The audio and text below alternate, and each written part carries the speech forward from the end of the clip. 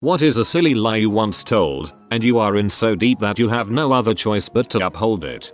Not me, but a girl I became friends with on a study abroad trip to Japan got asked by her host family where she was from. They misused English and it came out something like, "Where did you leave from?" Instead, being from the middle of New Jersey somewhere, she answered Newark, which was where she had departed from. Of course, these nice people from rural Japan, having never heard of Newark, heard New York. They were so excited that they had gotten a host kid from New York City that they promptly told all their friends all the time over the course of the month we were there. She never had the heart to correct them, so for that month she was a proud New Yorker.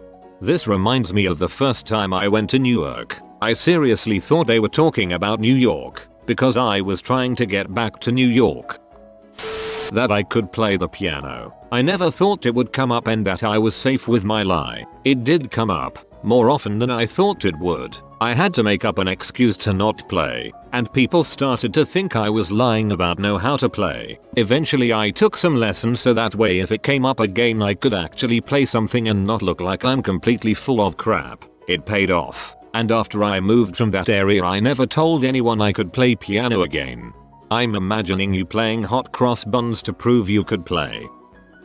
There is a guy who I used to work with at a corporate chain steakhouse while I was going to college that had bit of a whopper. We stayed up all night partying and he didn't wake up in time for his opening shift the following day. When he finally got up he was 2 hours late and had a grip of missed calls. He was about a month away from graduating and had worked the same job all through college. So he was worried that he was going to get fired and wouldn't be able to use the job reference, so his solution was to call in and tell the boss he had been in a car accident on his way to work. Now this temporarily solved the problem, but to really sell the story he ended up hiding his truck in a friend's garage and working his next 4 weeks of serving shifts with a fake full arm cast. Brandon, you're a freaking legend. Brandon sounds like a god. When I was 10 or 11 I was living with my dad for a little while and told him I could see auras, like colored energy around people that corresponded to whether they were happy or healthy or unhealthy, etc. Around that time he liked to take me to the racetrack to watch horse races. He liked to bet causally. I liked the horses. He was a little bit at a loss as to what to do with this young girl who had mostly grown up with her mom. While we were there I told him I could see the auras of the horses and picked one I thought would win because its aura was so strong. Actually I just thought it was the prettiest. Turns out it was a total long shot and won the race. After that he would take me to the racetrack every weekend to pick horses, and I had to continue to pretend to see their auras. He lost a lot of money that summer. I once got sort of unapproved access to a VIP area at a venue, and the person who got me in probably would have gotten in trouble if it was found out that they did. A fairly major musician was playing. This was the lounge area where their family and friends were watching the show, only about 20 people. When people asked why I was there, I said I was related to the owner of the venue. Figured this was boring enough but would stop the questions. Instead, this really nice group of people all started complimenting me on the venue and talking to me more about it and my family. They were really awesome people and we chatted the rest of the evening. They invited me to spend the upcoming holiday weekend at their beach house with the band. I did. No one ever found out. I have no connection to the venue and don't even know who actually owns it. When I was 10, another kid on my school bus asked me if I played World of Warcraft. I lied and said yes. I spent the entire rest of the year, before and after school on the bus, talking about a game I never played in my life. One day, I was invited over when he made me log in. I entered some account and claimed I forgot my password, spending the next 30 minutes trying to debug by resetting a password to an account that doesn't exist. Haha. Oh my god. What was I doing? My boyfriend, now husband, told me he went to grad school but never graduated. I found out around 10 years into us dating that it was a giant lie he had said to impress me. The only reason he came clean was his mother found out and told me. Used to get my nails done when I lived in China with a friend. We told elaborate lies about her rich husband and my useless boyfriend to the ladies who did our nails as a way to practice vocabulary in Mandarin. I was leaving in like a few months so it was easy, but she had to find pictures of babies and weddings and dresses to use. I just had to remember that my BF was a doctor and probably cheating on me and she had to choose baby names. That's better than my friend who implied that we were together to our nail tech. I facepalmed when she did that. I told my friends I was colorblind to only the color orange. For some reason they all believed me and would point out orange things to me and laugh at me while my girlfriend and I would be laughing on the inside. You should start occasionally bumping into orange objects to up the ante. Last year on the first day of a month-long rotation in medical school, I was telling a story and accidentally referred to my dog as my daughter. Quickly did the mental evaluation of how embarrassing it would be to correct myself versus rolling with it and just decided to go with it and pretended I had a kid for the rest of the month. I didn't purposely bring it up or anything, but if someone mentioned it, it was October, was asked about taking my kid trick or treating etc. I would just vaguely agree and not elaborate on anything.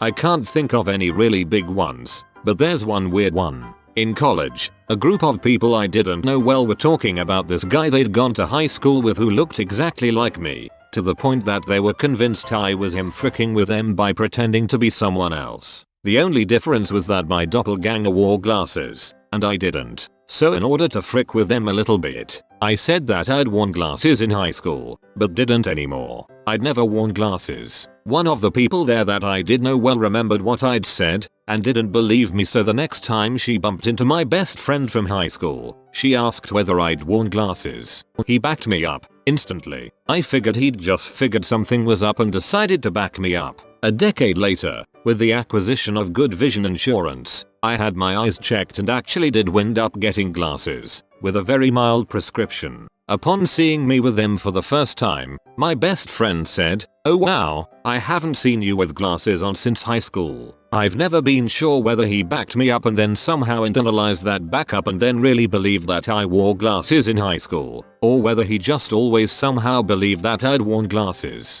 I've chosen to use it to very subtly frick with him by photoshopping glasses onto my face in old pictures that he's going to see. I did it recently when his sister asked me for some photos to use for his upcoming wedding. It'll probably never actually pay off, but I privately think it's hilarious.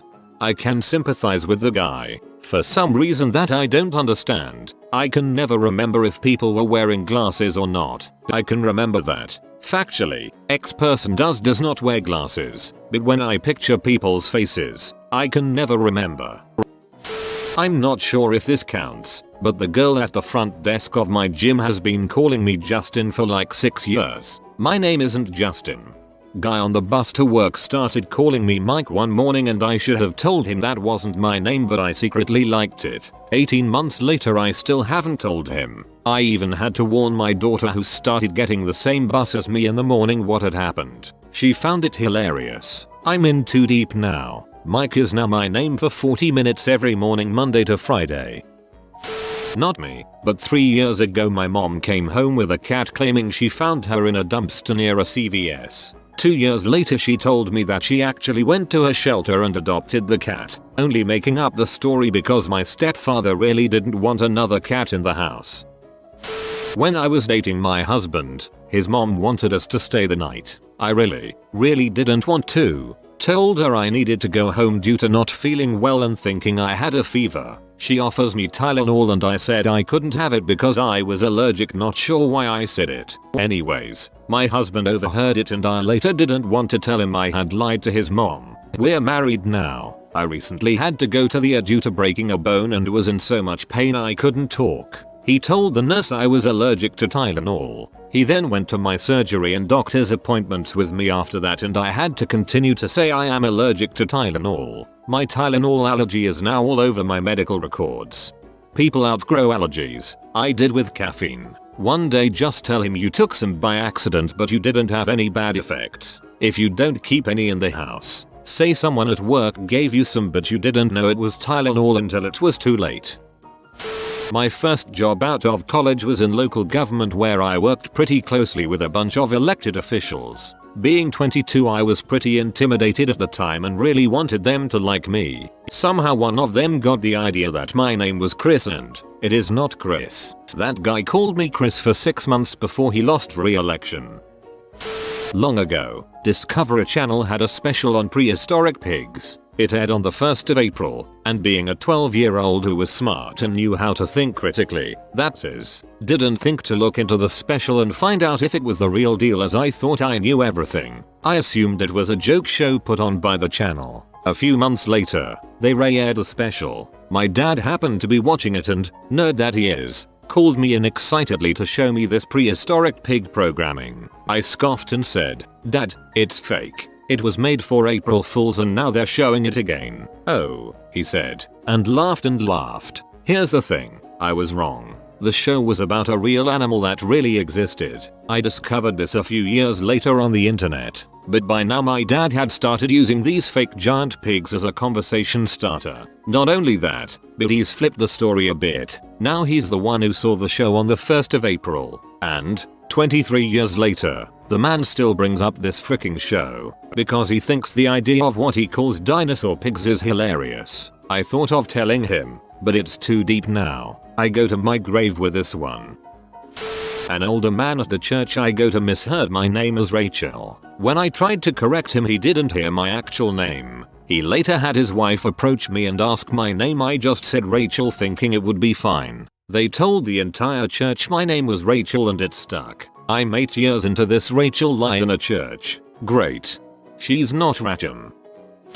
Not me, but my hairdresser told me this a few months ago and I couldn't stop laughing. A few years ago, he and his girlfriend, at the time, went on vacation to a resort somewhere in Spain. On the first day of arriving, they got talking to another couple they met in the hotel and just for a joke he pretended to be American by putting on an accent. He's English. He said he wasn't even sure why he did it. He was just goofing around and he thought he'd never see these people again, so it was just a throwaway thing. However, they ended up being pretty good friends with this couple and saw quite a lot of them over the course of the vacation. I guess it would have been too embarrassing weird to come clean and tell them the truth, so he just had to go with it and put on an American accent every time he saw them. For a week. In addition to this, he was also going through some problems in his relationship. Can't think why. So basically spent the whole trip either arguing with his girlfriend or having to get in character and pretend to be American for no other reason than his own stupidity. He said it was the worst vacation of his life and was more stressful than being home at work.